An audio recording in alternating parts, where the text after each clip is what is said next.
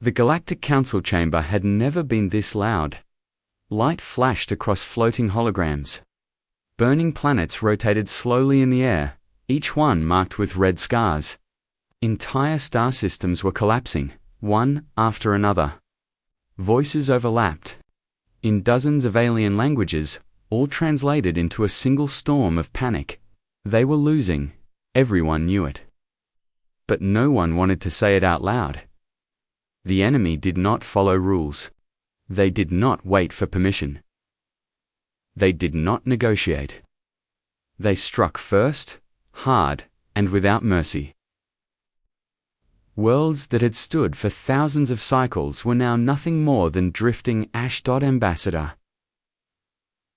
Solara of the Varin Union gripped the edge of her platform. Her 4 eyes flicked from image to image. Each projection showed failure. Another fleet destroyed. Another colony wiped clean. This council is finished if we keep talking, she said, her voice shaking despite the amplifiers. Our defenses are breaking faster than we can rebuild them. A tall armored figure from the Drakari Dominion hissed in dark amusement. Finished? He said. You were finished the moment you believed war could be polite. Angry murmurs rolled through the chamber. The Drakari were warriors, feared and respected. Even they were bleeding now. At the far edge of the hall, behind a darkened curtain of energy, sat a section that had not moved since the meeting began. The human delegation. No lights. No holograms. No visible figures. Just silence. They still hide, sneered the enemy envoy, a towering creature of chitin and steel. His mandibles clicked with mockery. Your council clings to hope in a species that barely understands real war? Several delegates shifted uncomfortably. Humans had joined the council only decades ago. They were average by most measures. No legendary fleets. No ancient empire. No terrifying biology. Just persistent, quiet, expanding. Solara felt a strange tightness in her chest. The humans have not spoken, she said carefully. That does not mean they have nothing to offer. The enemy envoy laughed openly now. Offer? Their worlds will burn like the rest. They are weak mammals, pretending to be players in a game far beyond them. The curtain remained dark, seconds stretched. Then without warning, the chamber audio changed. A single voice cut through the chaos.com. Low, human. You are correct. The voice said. The chamber froze. Dozens of delegates turned toward the dark alcove. The human voice continued, slow and measured. This council is weak. Your rules are weak. Your idea of war is outdated. Gasps rippled across the hall. No species had ever spoken to the council like that. Solara's breath caught. Voice went on. You lose because you believe survival must be civilized. The enemy envoys, laughter died. Light shifted inside the human alcove. A tall human figure stepped forward, face lined with age and experience. No armor, no decorations, just a simple uniform. My name is Director Harley, he said, and humanity has been watching this war since the first planet fell. Murmurs exploded again. You watched, someone shouted. And did nothing? Harley did not react. We prepared. The enemy envoy leaned forward. Prepared for what? Failure? Harley turned his eyes toward him. There was no anger there. No pride. Only something colder. For extinction wars, Harley said. The room went silent. Harley raised one hand, and new images appeared. Enemy supply routes. Hidden breeding worlds. Communication choke points. Weaknesses no one else had seen or dared to exploit. Solara felt her blood run cold. You studied us, the enemy envoy whispered. Double quotes, yes, Halle replied. And you made a mistake. What mistake? The envoy demanded. You assumed we would fight like you, Halle said. Or, like them, he gestured to the council. We won't, delegates whispered urgently now. Fear spread not just of the enemy, but of what humanity was offering. Hale's voice hardened. Give humanity full command of this war, all fleets, all resources, all authority. Outrage erupted instantly. That is madness. You ask for control of everything. This is surrender. Haley waited for the noise to die. You are already surrendering, he said quietly. Just slowly. The enemy envoy snarled. What happens if we refuse? Halle looked around the chamber one last time. Then you will die, he said. And humanity will survive alone. The curtain behind him flickered, Solara realized, with sudden dread. That the war had already changed. Not because the enemy had grown stronger, but because humanity had finally stepped into the light. And nothing that followed would be merciful. The chamber did not calm after the human finished speaking, it fractured. Voices rose sharper, faster, filled with fear and fury. Delegates shouted over one another. Some demanded the human be removed. Others demanded more proof. A few simply stared at the human figure, as if looking at a predator that had finally revealed its teeth. Ambassador Solara felt her limbs tremble. She had seen war before. Limited war. Controlled war. Nothing like this. You ask us to hand you everything, shouted a crystalline delegate from the Yao system. Our fleets, our people, our future. Director Halle did not raise his voice. You've already lost those, he said. We are offering you a chance to decide how they are lost. That silenced some of them, not all. A massive reptilian commander slammed his tail against the platform. If humans take control, what stops them from ruling us? After Halle looked directly at him. Nothing, he said. Except that we don't want to. That answer unsettled them more than any threat. The enemy envoy watched quietly now. His confidence had thinned, replaced by calculation. You gamble your existence on a species with no honor, he said. They will turn on you, Solara noticed. Something strange. For the first time, the enemy was not mocking. He was warning. Halle activated another projection. This one showed timelines. If we continue your way, he said, you lose in 8 standard months. If we take command, the enemy collapses in less than 1. Shock rippled through the chamber. That's impossible, someone whispered. It? Izzy Halle replied. For you? The Drakari warrior stood slowly. His armor hissed as it unlocked. My people are dying, he said. Every day you argue, another world burns. I will follow the humans. That declaration broke something. Other warrior species nodded. Not out of trust.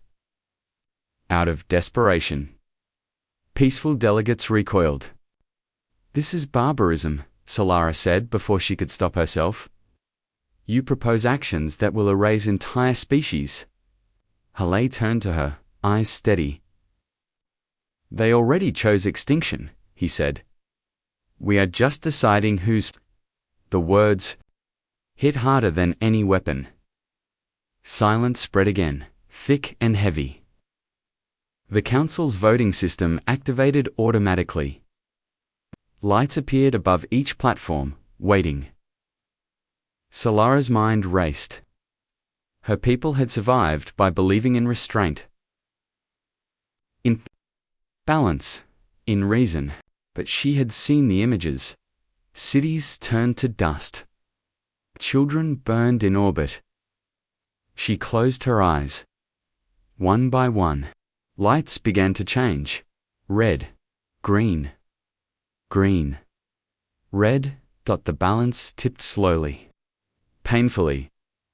When Solara opened her eyes again, her own light was still neutral. The enemy envoy hissed softly. "You were afraid of them," he said. "Good. You should be." Hallie spoke again. "This is your last moment of comfort," he said. "After this vote, there is no return. We will not fight half a war." Solara realized the truth then. Humanity was not asking for permission. They were asking for consent. Her light turned green. The chamber froze as the final count appeared. Motion passed.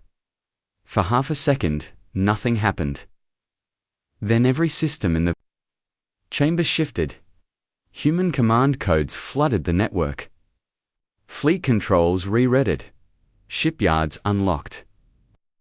Military A is rewritten. The Council was no longer in control. The enemy envoy roared in sudden rage. "You fools! You have doomed yourselves!" Holler did not look at him. He was already issuing orders. "Phase 1 begins immediately," Hallie said. "What is Phase 1? Solara asked, her voice barely audible. Hallie paused. "Isolation," he said. "Your enemy will feel alone before they feel pain." New images appeared. Enemy communication relays went dark across the map. Trade routes blinked out. Entire regions vanished from the network. The enemy envoy staggered back.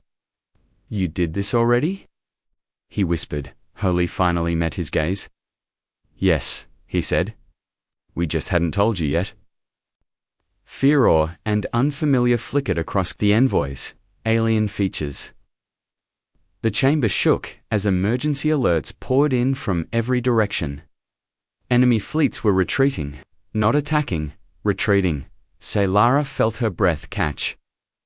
The war had not escalated, it had transformed, and somewhere in the darkness of space, humanity's real plan was only beginning. The first human orders did not sound like war. They sounded like silence. Across hundreds of star systems, communication arrays stopped responding. Navigation beacons went dark. Emergency channels returned nothing but static. Entire enemy regions vanished from the galactic map as if they had never existed. No explosions. No declarations. No warning. Ambassador Solara watched the update scroll past in stunned disbelief. "They're not attacking," she whispered. "They're cutting them off." Director Holly stood motionless, hands clasped behind his back. "Isolation breaks faster than fleets," he said. "An enemy that cannot speak, cannot coordinate. An enemy that cannot coordinate panics." Reports flooded in. Enemy convoys drifting helplessly between stars. Patrol fleets turning on each other after losing command signals. Defensive formations collapsing without a single shot fired. The warrior species watched in awe. The peaceful species watched in horror. "This isn't war," one delegate murmured. "This is suffocation." Harley did not deny it. "War is not about fighting," he replied. "It is about ending the threat." Phase 1 lasted less than 3 days. By the time the enemy realized what was happening, it was already too late. Phase 2 began without announcement. Human-controlled fleets did not rush toward enemy borders. They slipped through them. Fast ships. Quiet ships. Ships stripped of comfort. Shields replaced with engines. Weapons built to strike once and disappear. Hit dash and dash fade. Supply depots vanished overnight. Fuel reserves ignited in silent flashes. Repair docks went dark, their crews never knowing what killed them. Enemy commanders screamed for reinforcements that never came. Solara's console flashed red with casualty estimates. She felt sick. "You're not giving them a chance to respond," she said. Hale's eyes never left the tactical display. "Correct?" The enemy envoy was no longer laughing. He paced his platform, mandibles clicking rapidly. "You turn allies into murderers," he spat. "Your methods poison everything they touch." Hale finally looked at him. "Your species taught the galaxy what extinction looks like," he said. "We learned quickly. Then came the third shift. Phase 3.1 in the Council had been briefed. Even the human allies stiffened as new data appeared. "These are civilian zones," Solara said slowly. "Yes," Hale replied. "You said we would not target non-combatants." Hale's voice was steady. "We said no such thing. We said we would end the war." The room erupted. "This crosses every line. This is genocide. You're becoming worse than them." Hale did not shout. He did not argue. He simply waited. Then new reports arrived. Enemy breeding worlds were shutting down. Entire future generations wiped out without invasion. Without battle. Without resistance, the enemy envoy collapsed into his seat. "You found them," he whispered. Holly nodded once. "War does not end when soldiers die," he said. "It ends when replacements stop being born." Solara's limbs shook. She wanted to speak, to object, to stop it. But then another image appeared. One of her homeworld cities. Burned, flattened, silent, her voice failed. The enemy's counterattack finally came. Or what passed for one. Disorganized fleets rushed blindly into traps. Human forces lured them through debris fields, seeded with hidden weapons. Entire armadas vanished in minutes. Alien allies fought beside humans, now faster, harsher, changed. The Drakari warriors no longer asked questions. They followed orders. Victory spread too quickly. That terrified Solara more than defeat ever had. "What happens after?" she asked quietly, when the chamber had thinned. Hully turned toward her. "After?" he echoed. "When the enemy is gone," she pressed. "What happens to us?" For the first time, Hully hesitated. "Survivors," he said finally, "are never the same." Emergency alerts flared again. Priority level black. Enemy command world, located Solara's breath caught. "That's their core," she said. "If it falls, the war ends," Holly finished. He raised his hand. "All fleets, prepare final sequence." The chamber lights dimmed as power rerouted. The enemy envoy screamed in fury and despair. "You will haunt this galaxy forever." Hull did not deny it. He only gave the order. Execute. Space itself seemed to hold its breath. And somewhere far beyond the council chamber, the enemy's last hope was about to die. No celebration followed the order. There was no roar of approval. No relief. Only silence. Across the main holoscreen, the enemy command world filled the display. Once, it had been a jewel of power. Layered defenses. Thousands of ships. A symbol meant to last forever. Now, it was surrounded. Human fleets did not form proud lines. They spread out. Disappeared into darkness. Signals blurred. Positions vanished. Ambassador Solara felt her breath slow, shallow. "They're not attacking yet," she whispered. Director Halley stood still. "They are waiting," he said. "Fear needs time." Minutes passed. Then something changed. Enemy ships began firing wildly, not at humans, at shadows, at ghosts. Their targeting systems screamed warnings that made no sense. False readings, phantom fleets, collisions in the dark. "They're attacking themselves," one analyst said, stunned. Human electronic warfare had turned the system into madness. Then came the real strike. It did not come from the fleets. It came from inside the planet. One by one, bright flashes erupted across the surface.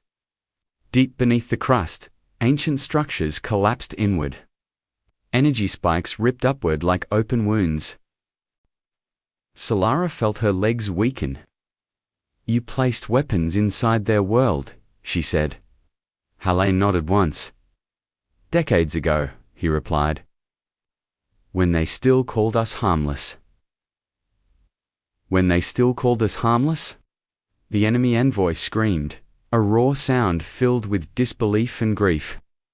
"You planned this before the war even began." Hale's voice was flat. "We planned for war the moment we met you." The planet's shields failed. Human ships emerged at last, firing with surgical precision. No wasted shots. No prolonged battle. Defense nodes vanished in controlled bursts. The core cracked. The enemy command world broke apart in slow, terrible beauty. Oceans boiled. Cities vanished. The symbol of an empire died in minutes. Solara turned away, her vision blurred. Victory was supposed to feel triumphant. This felt like standing over a grave. Emergency reports flooded in. Enemy fleets surrendered en masse. Others fled into deep space, scattering like broken animals. The war was over. The chamber did not cheer. Halle lowered his hand. His shoulders sagged, just slightly. "All hostilities concluded," he said. "Human forces will begin withdrawal." The statement stunned everyone. "You're leaving?" demanded a warrior delegate. "Now." "Yes," Halle replied. "We were not here to rule." The enemy envoy lay motionless, defeated. His species was broken beyond recovery. Solara approached Halle slowly. "You could control everything now," she said. "No one could stop you." Halle met her eyes. For the first time, something human showed there. "And that," he said quietly, "is why we won't." Celebration erupted elsewhere across the galaxy. Survivors shouted. Worlds lit their skies in relief. But inside the council chamber, fear lingered. The Drakari warriors spoke openly now. "Human methods work," they said. "Power like that should lead." Others agreed. "You saved us," a delegate said to Halle. "The galaxy needs you." Halle shook his head. "The galaxy needs to forget how close it came to extinction," he replied. "And we need to remember." The human delegation began shutting down systems they had controlled. Command codes vanished. Fleets returned to local authority. The council felt smaller. Later, as Halle prepared to leave, Solara stopped him one last time. "What do we tell history?" she asked. Halle paused. "Tell them," he said, "that humanity does not fight to win." He turned toward the darkened exit. "We fight so the war never happens again." The human ships departed in silence. Behind them, the galaxy stood victorious and deeply afraid of what it had survived. Solara stared at the empty space where the human had stood. The war was over. But the echo of it had only begun. The war ended, but peace did not arrive. Across the galaxy, banners were raised, and lights filled the skies. Survivors celebrated in broken cities. Refugees wept as they returned to worlds they barely recognized. Official messages declared a new era of safety. Inside the Galactic Council, no one believed it. Ambassador Solara stood in the chamber days after the humans had left. The room felt colder, quieter, as if something powerful had passed through and stripped away illusion. The enemy empire was gone, not defeated, erased. Scouts reported scattered remnants hiding in deep space, leaderless and terrified. They were no longer a threat. That should have brought relief. Instead, fear had shifted. What happens when another war comes? Asked a Valen scholar. Do we call the humans again? No one answered. The Drakari warriors gathered openly now, their leaders speaking without shame. Strength ended the war, they declared. Not debate. Not restraint. Their fleets had grown under human command. Their soldiers had tasted overwhelming victory. They did not want to forget it. Solara watched alliances bend. Peaceful species demanded new laws banning human-style warfare. Warrior races demanded expansion, security, dominance. The council fractured into camps. In private sessions, recordings of Director Hale's strategies were replayed, studied, copied, that terrified Solara more than the war itself. Humanity had not ruled the galaxy. They had taught it how to kill. Reports arrived from border systems. Drakari task forces enforcing security zones. Smaller species pressured into submission for their own protection. This is exactly what the enemy did, Solara said during a heated session. The Drakari commander laughed. And it worked. Tension rose daily. Then the rumor spread. A human ship had been seen near council space. Panic surged. They've come back, someone whispered. Emergency fleets mobilized. But when the ship arrived, it was not a war vessel. It was old, scarred, slow, and it broadcast a distress signal. The chamber fell silent as the transmission played. Human refugees. Not soldiers. Families. Scientists. Workers. They spoke of Earth's internal collapse. Of expansion without restraint. Of conflict born from unchecked power. We won our wars, an elderly human woman said through tears. And lost ourselves. Solara listened, heart pounding. These humans rejected Hale, a delegate muttered. They fled him. The refugees asked for sanctuary, not dominance, not control. Debate erupted again. They are weak. They are dangerous. They are proof, Solara stood. Humanity showed us what survival costs, she said. These refugees show us what happens when power never stops. The chamber split. Warrior species wanted them rejected. Fearful species wanted them studied. A few wanted to listen. Then a transmission arrived from the ruins of enemy space. Survivors, a hidden enclave. They spoke cautiously, humbly. We will not rise again, their leader said. We know what extinction feels like. Gasps echoed. Some demanded their extermination. Others hesitated. Solara saw the pattern clearly now. The galaxy stood at the same crossroads. Again, fear or restraint. Power or balance. History threatened to repeat itself. And this time, humanity was no longer there to end it.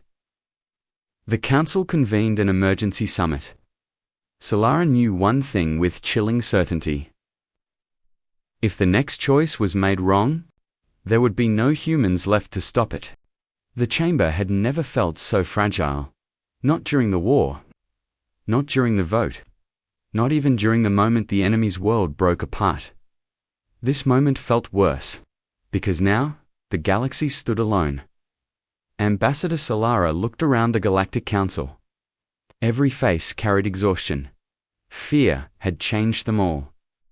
Some had grown harder, others quieter.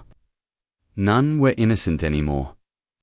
At the center of the chamber floated two projections. One showed the human refugees tired, thin, carrying children who had never seen Earth's oceans or skies. The other showed the enemy survivors scarred, reduced, no longer conquerors. Only remnants of a species that had stared into extinction and survived. Two mirrors. Two warnings. The Drakari commander broke the silence. "End this debate," he growled. "Eliminate the remnants. Deny the humans entry. Strength brought victory. Weakness will bring another war." Several warrior delegates nodded. Solara felt the pressure tighten around her chest. She had heard these words before. Heard them from the enemy. Heard them echo through the war. She stepped forward. "Strength ended the war," she said.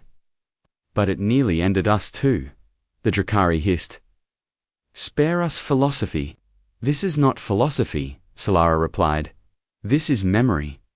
She activated a single recording.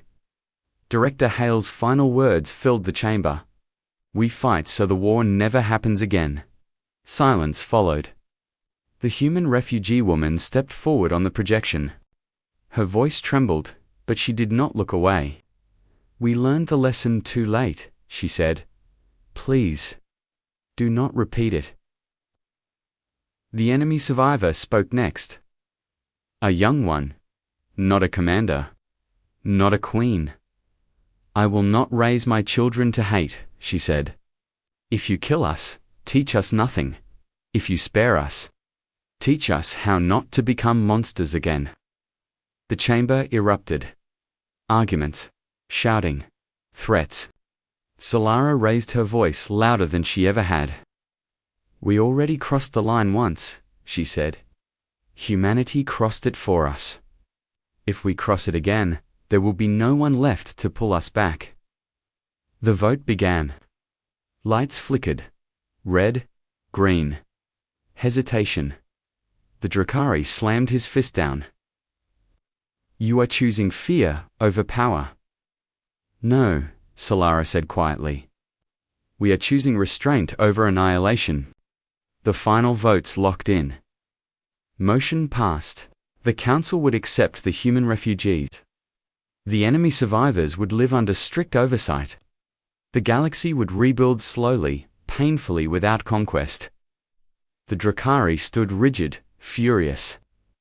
But they were outnumbered. For the first time since the war, power did not decide everything. Years passed. Then decades. The galaxy healed, not fully, but enough. Humanity faded back into quiet isolation. Earth became a place spoken of with mixed reverence and dread. Their war doctrines were sealed deep in Council archives, locked behind warnings written in dozens of languages. Never again unless extinction demands it. The enemy survivors transformed.